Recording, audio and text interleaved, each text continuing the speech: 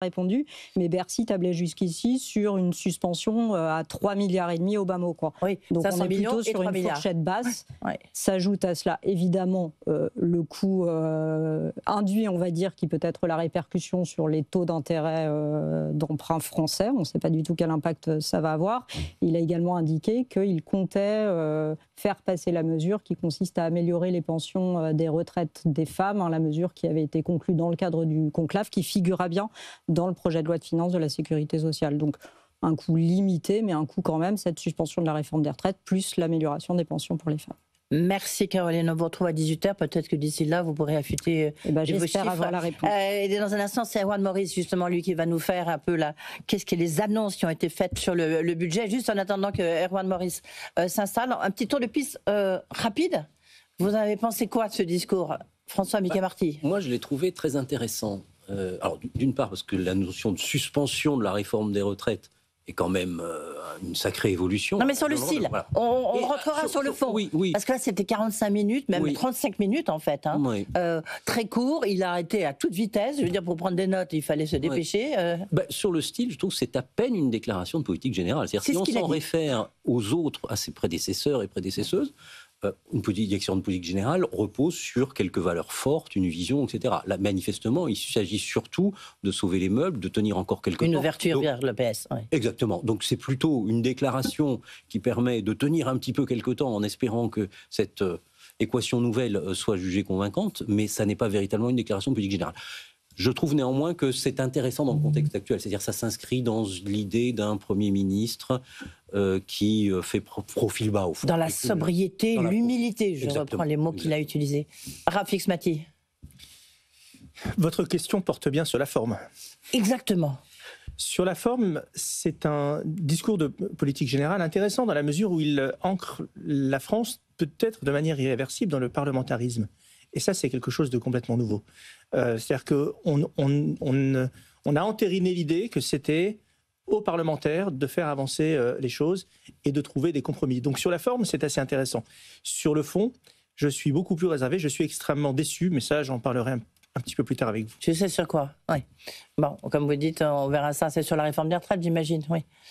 Oui, c'est-à-dire que si vous voulez, je suis sidéré de voir qu'à l'ère où le monde est en train de connaître tant de bouleversements et où on est en train de préparer l'avenir, où vous avez des enjeux énormes en matière d'intelligence artificielle, de biologie moléculaire, d'énergie quantique, etc., que nous, on en soit encore à débattre de la réforme des retraites.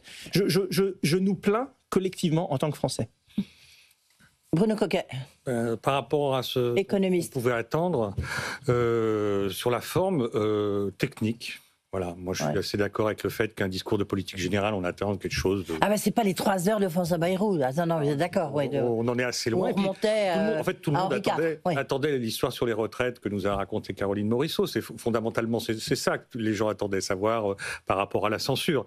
Mais donc en dehors de ça, son espace était assez limité. On y reviendra sur le fond. Moi je pense que c'est le même sapin de Noël que François Bayrou, mais décoré un peu autrement, quoi, en quelque sorte. Et donc du coup... C'est de la technique, c'est du rabot, on rajoute ici ou là, mais rien de... Alors justement, on va voir ça parce qu'il y a l'aspect retraite, puis il y a l'aspect aussi budget. Bonsoir Erwan. Bonsoir Edwige. Alors qu'est-ce qu'il a dit? Parce qu'il y a le côté budget, il y a des chiffres qu'il a donnés. Puis aussi l'aspect fiscalité aussi. Je plus sois à ce que disait François Mickey-Marty, parce que dans ce discours de politique générale, on avait en réalité très peu de chiffres. Heureusement, on a eu quand même beaucoup de données avant ça, un peu plus tôt dans la journée.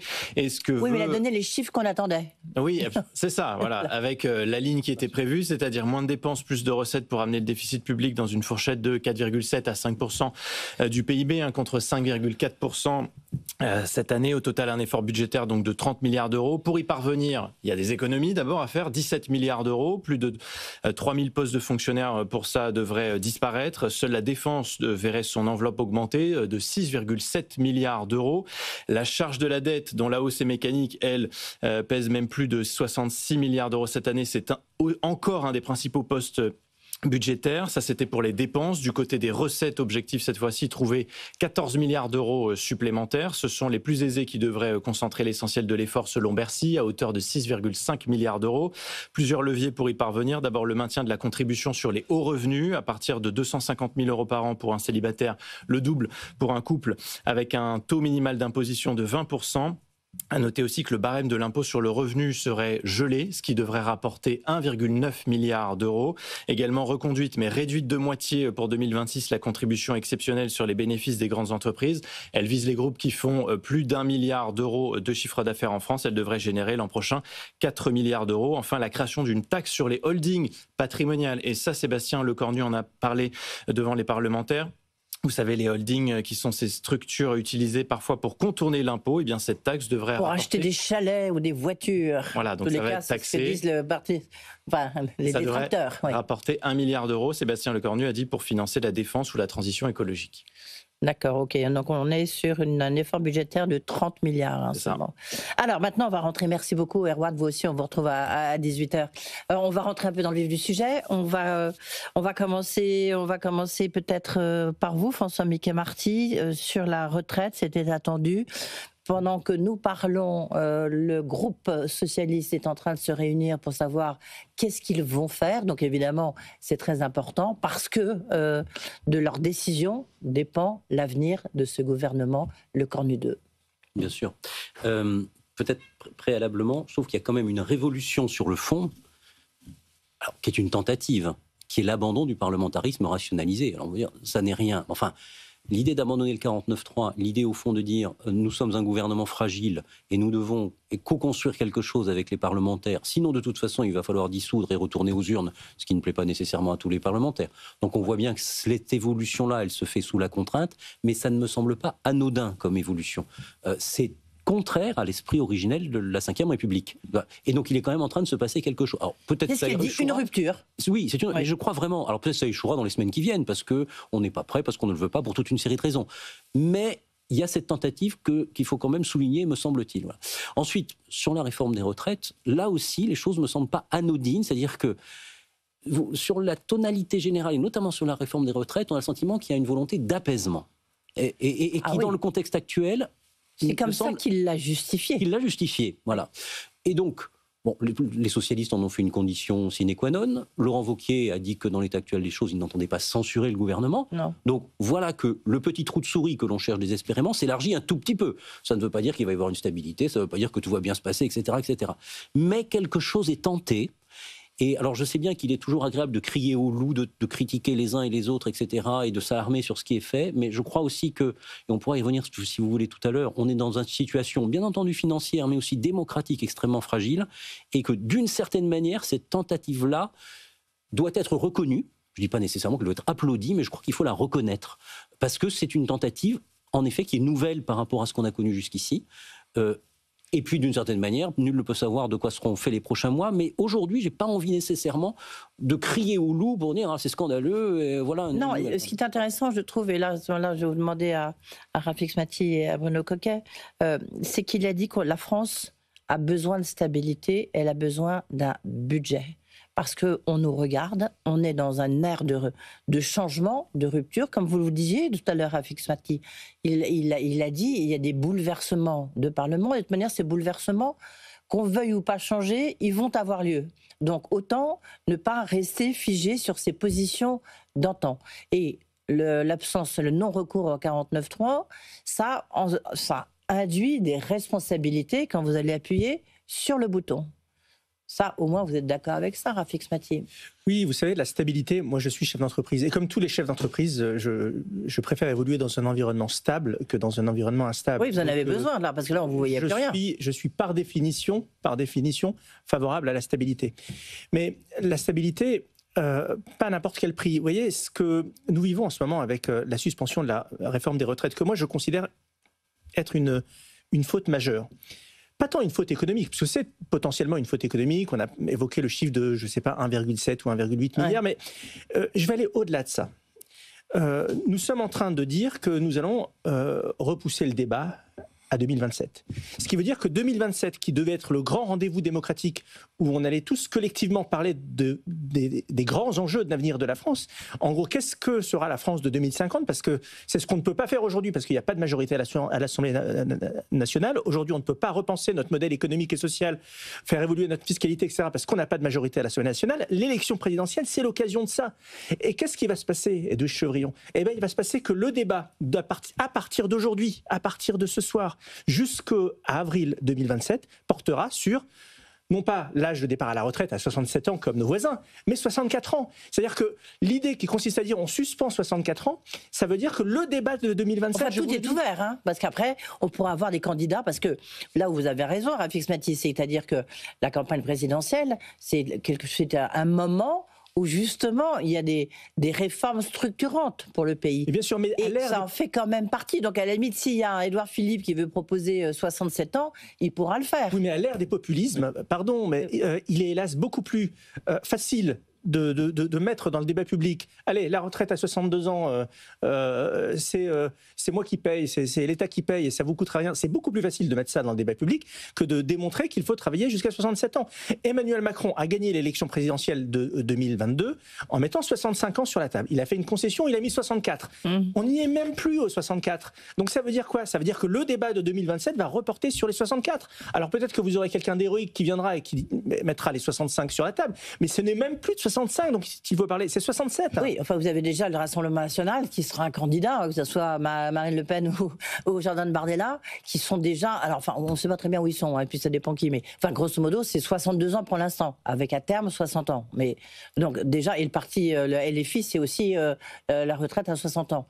Donc vous voyez, on n'est pas en train de dire 70 ans comme au Danemark. Hein. Mais c'est tout le problème et moi je me méfie énormément des sondages, parce que si vous posez la question à n'importe qui dans un sondage, et je parle à côté d'un spécialiste, est-ce que vous préférez avoir, vous, à titre personnel, la retraite à 62 ans ou la retraite à 67 ans ? C'est logique qu'une grande partie de l'opinion publique dira « je préfère partir à 62 ans ».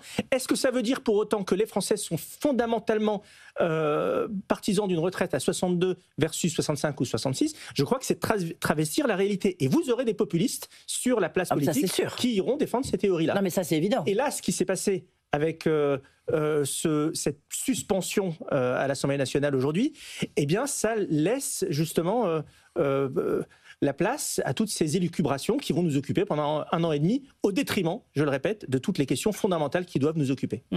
Bruno Coquet ? Moi, sur la réforme des retraites, enfin la dernière, j'ai dit suffisamment ici que je pensais qu'elle était mal conçue et mal conduite. Oui.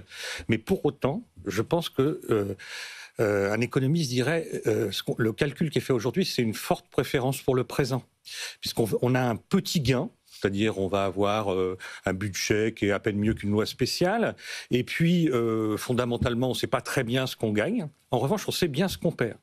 Et ce que l'on perd, c'est énormément de crédibilité. C'est-à-dire, à la fois, on revoit la loi Touraine, on revoit la loi Borne, mais alors du coup, demain, on peut tout revoir, ça peut aller dans un sens, dans un autre, pour des problèmes de court terme. C'est une solution politique, c'est pas une solution économique à un problème économique et social.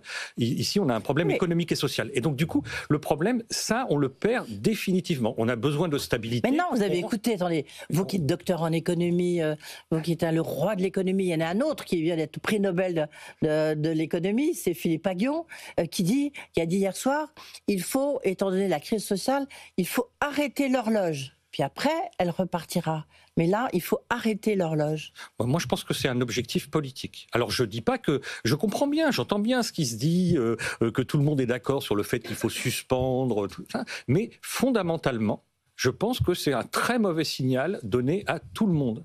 Ça veut dire que sur ce sujet-là, mais sur d'autres sujets structurels, on peut revenir en arrière pour des problèmes franco-français, d'équilibre politique. Ouais. Et je pense que c'est extrêmement mauvais sur des sujets structurels. Après, je pense que du bien du fait que, si c'est un vrai nouveau conclave, mais un vrai, donc pas avec une feuille de route trop étroite, c'est ce qu'il faut faire. Très contraignante, c'était le problème du conclave. Hein. C'est ça, c'est qu'ils avaient... On leur dit discutez ce que vous voulez, puis en même temps, voilà le cadre. Donc, ce qu'a dit Sébastien Lecornu, c'est plutôt ouvert. Il a plutôt dit sur ce point, on va laisser les gens s'exprimer par rapport aux leurs différentes propositions. position. Donc ça, c'est plutôt bien, puisqu'il faut le faire, ce diagnostic. Aujourd'hui, il est biaisé dans tous les sens.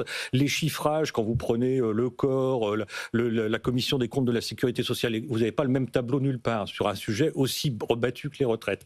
Donc c'est pas possible, il faut faire un diagnostic. Mais moi, je trouve que ce signal qui est donné est extrêmement mauvais. Et surtout, il a une contrepartie dans le budget qui n'a pas été énoncée, mais qui a été dans les documents. Sous-entendu ? Ben non, qui est dans les documents qui sont remis. C'est on n'indexe pas les retraites l'année prochaine. Enfin, on sous-indexe de 0,4 points par rapport à l'inflation les retraites l'année prochaine et les 3 années suivantes.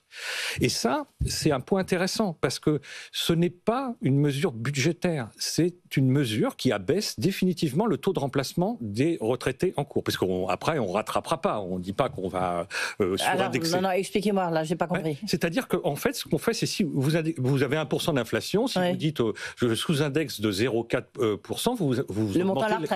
Voilà, vous augmentez la retraite que de 0,6 alors que l'inflation est de 1, ce qui est dans la loi. Donc vous gagnez 1 milliard à court terme, sur 4 ans vous gagnez 4 milliards et demi à peu près. Le problème, si vous faites ça, c'est que les retraités qui ont été concernés ne récupéreront jamais. Mais attendez, on a indexé là sur. Ça nous a coûté combien ? 10 milliards l'indexation sur les retraites. Sur l'inflation. Mais si vous non. C'est la loi. Non, mais c'est la loi. Le problème, et si vous faites ça, c'est qu'en fait, vous faites une réforme des retraites. C'est que vous abaissez le taux de remplacement définitivement des retraités existants. Et c'est une mesure qui ne passerait probablement pas dans une réforme des retraites. Et donc, du coup, cette mesure qui a l'air budgétaire, à court terme, qui est budgétaire, parce qu'elle va permettre de gagner de l'argent, moi, je trouve qu'elle est extrêmement compliquée. Et que la troquer contre la suspension, c'est énorme comme signal, puisqu'on perd du côté de la crédibilité sur la loi. Mais non, on perd définitivement, ça s'est perdu définitivement. Et d'autre part, ce que on gagne est quand même fortement discutable d'un point de vue équilibre des retraites et donc de la réforme à venir.